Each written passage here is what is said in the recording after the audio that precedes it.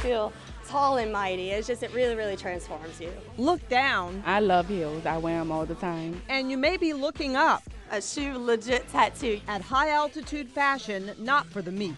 At times it does hurt your feet. It shapes the legs, and men like nice legs. It makes you look cute at the beginning, and then at the end when your feet are killing you, you look horrible walking. For generations, women have squeezed into high heels. This is actually what they're coming in to buy, the higher the better. Despite sometimes paying a painful price.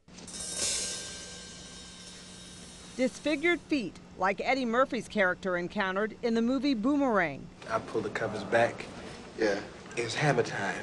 Different foot deformities such as hammer toes, bunions, pinched nerves that can occur in the foot. Metairie podiatrist Dr. Rory Panapinto sees the scars of the walking wounded and says high heels are often the enemy. Foot has deformed where it has a large bunion deformity. That's where the metatarsal shifts over. This x-ray shows an extreme case of how a foot can literally change shape. It really is hard to judge, who's inherited these deformities and who has worn the type of shoes that have accumulated amount of pressure over time. Dr. Panapinto says this patient had trouble walking.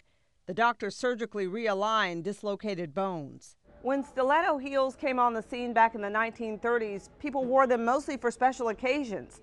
Now, they're worn every day. There's natural thinning that occurs to the ball of the foot, and so when women want to wear those high heels, then there's an abnormal amount of pressure that occurs. Just at 2.5 inches increases the pressure on the ball of the foot by 74%.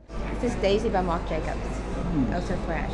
That pressure became unbearable for Alice Dolise. Would you like to try some Daisy Oh So Fresh by Marc Jacobs? A department store perfume model on her feet for hours at a time. It was a day that my feet were just really hurting. And I mean, it was like a change. It's just like made me feel like I couldn't take another step. Alice had she had some hammer toe deformities, and that we were able to use the dermal fillers around those edges and those bony prominences around those bones, as well as in the pad of her foot, to accommodate the height of heel that she enjoys. That's right, a naturally occurring gel inserted underneath the skin to offset high heel pressure. Wow.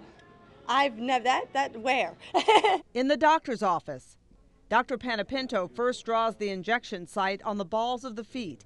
He says the same FDA-approved dermafiller used for lines and wrinkles in the face provide cushion in the feet. He did the injections, and it's just been a world of difference. It's like a padding, I guess, maybe like when they put something in your shoe, but instead it's bottom of your foot, that you have this cushion feeling. The doctor says the gel foot padding usually lasts upwards of a year. It all depends on the patient, the deformities that they have, and how thin that padding is, to how often that you would need the injections. Of course, this one I love, but when I go out. Of course, I love this shoe too. I really love all my heels that now that I can wear them. They were just sitting in the box. I couldn't do anything with them. Alice enjoys the collection of high heels in her closet again. But Dr. Panapinto says despite her shoe choices, the healthiest heel height for anyone is only about 2 inches. If you go lower into a flat-styled shoe completely, it causes just as much pressures but in an upward motion as it would if you were wearing a 3 or 4 inch heel. So just like life, everything is an average. Right now, I can still wear them, so I'm going to keep wearing them till I can't wear them. It's funny, people ask me all the time, don't your feet hurt? And no, they don't hurt, and I can honestly say it now. It's a step some are taking for high-altitude style and comfort. Nancy Parker, Fox 8 News.